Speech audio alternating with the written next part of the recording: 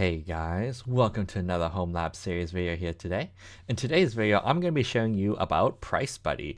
So PriceBuddy is a self-hosted application you can run in your Home Lab that essentially tracks prices and can send you notifications when it reaches like a certain price, as well as show you like historical since you started tracking it. So let's get started so you can see what it kind of all is. So if you haven't already set up and you're in the login page, essentially what you want to do is log in. So the default username and password is actually in the Docker Compose file, so you can update this, edit it if you want to.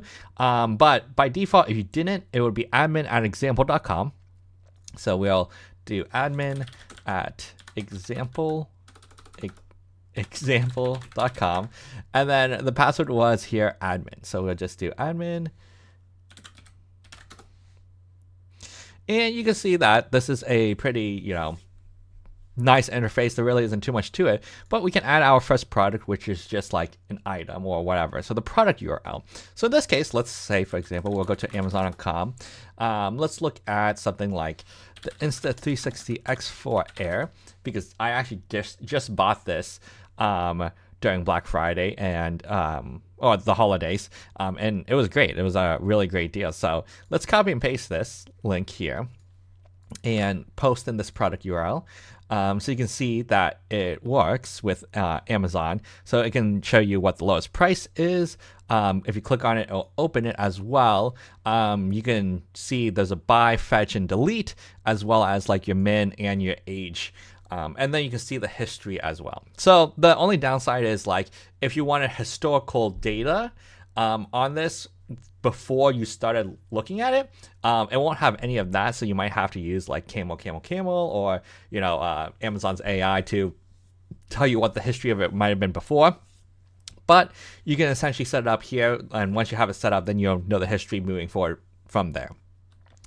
And the nice thing about PriceBuddy is the fact that it actually can do Amazon. So I've been using like change detection IO for a while, and they don't support price matching or price checking on Amazon.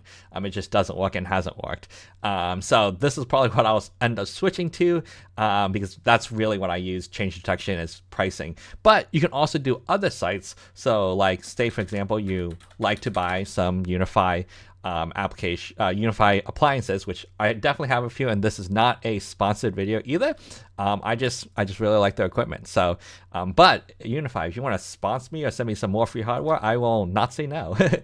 So but essentially you can add this in as well. So you can do add it into dashboard, add a new product, and you can put it in a link. So you can see here that it adds really quickly. There really isn't too much to it. So you can do some more stuff to it where you can categorize it. So like say, for example, like I want to edit this and there's a tag. Let's add a new tag, for example. So like we'll do like Unify, so you can differentiate the stuff between Unify and other things. So you can now see that it's in the Unify tab, and there's a Unify tab on the dashboard. So that way you can separate your tagging to categories that you want, to make it easier, especially if you just have a lot of stuff that you want to buy. So that's kind of the gist of adding things to it. You just paste the link, add it, you can review it. The other cool thing that you can do in here is set up notifications for when you would want to get notified. So like you can put a notify price here. So like for example, if this ever became like $300, you could save that or notify by percentage.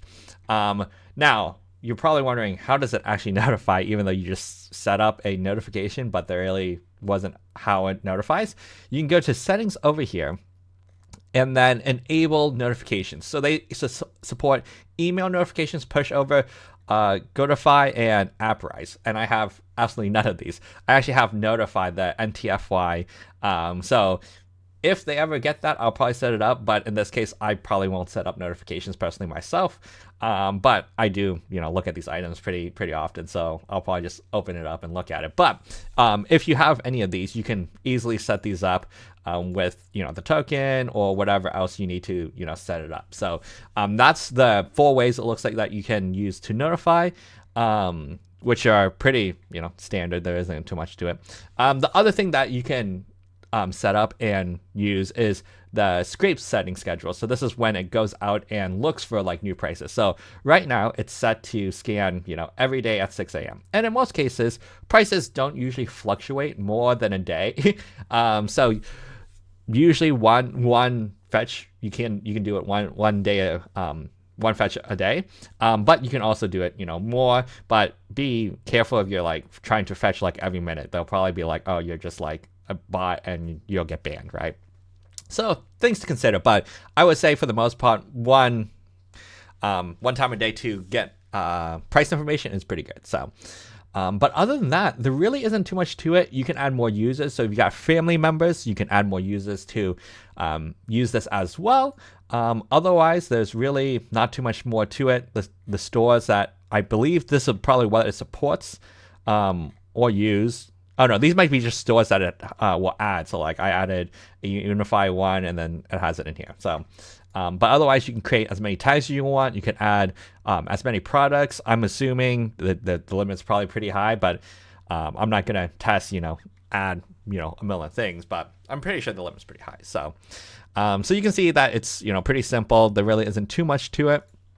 Now, if you're interested, I can show you how you can get this set up as well. So assuming that you have a Docker container, a server already installed, what you want to do is install Docker on it. So I have Docker running already because obviously this is running.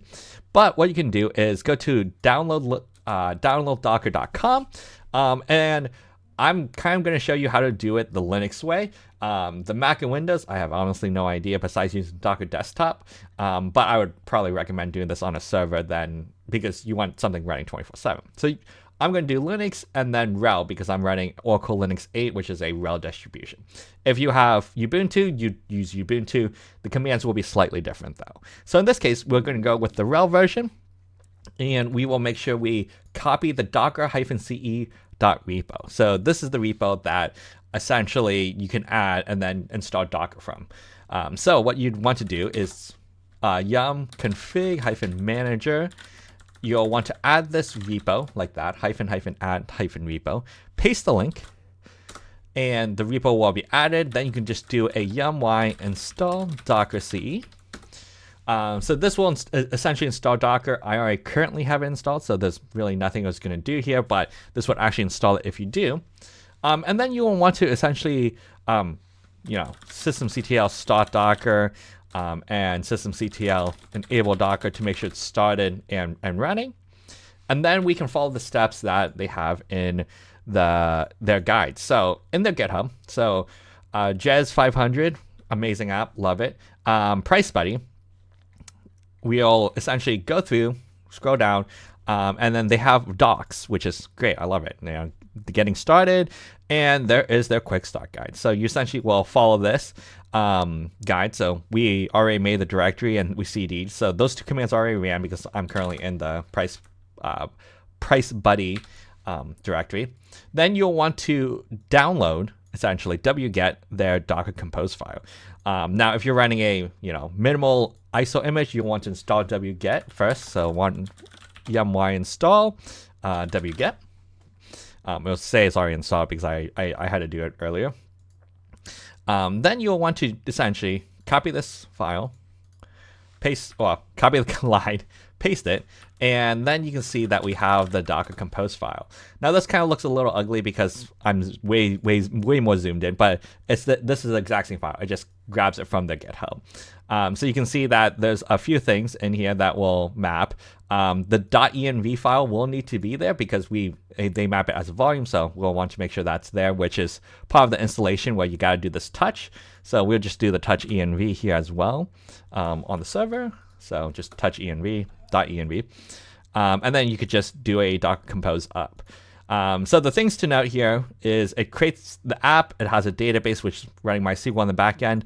Other recommendation, obviously change default usernames and passwords so that if someone were to ever hack you, they don't have this. But I guess if they get your information, the information is just, hey, what are you wanting to buy on Amazon? as well as a scraper. And this is a nice scraper because it works with Amazon. I'm not entirely sure the scraper for change detection, how that one works, but this one looks like a Selenium base, so that works pretty well. So once you essentially have all that, you can just do a docker compose up -d for detached mode, so it'll run in the background. And then essentially at the beginning of the video, you go to your URL or your IP. I have DNS set up so I can go to a URL, but you can go to an IP, and then it would be HTTP unless you have TLS set up, and then on port 8080 essentially. And then you get into this, and then you can start going. So it's a pretty quick, simple install with Docker, which I love. That's how it always that's how a lot of things should be, to make it simple to kind of get into it. So I love doing this. Who knows? Maybe I'll put this into Kubernetes, in my Kubernetes management stuff, because this is pretty good. It just requires like a volume or two and nothing too much. So we'll see how this goes. So, but other than that, hopefully you guys did enjoy this video. If you did, please feel free to leave a like, comment, or subscribe, and we'll see you guys in the next video. Bye.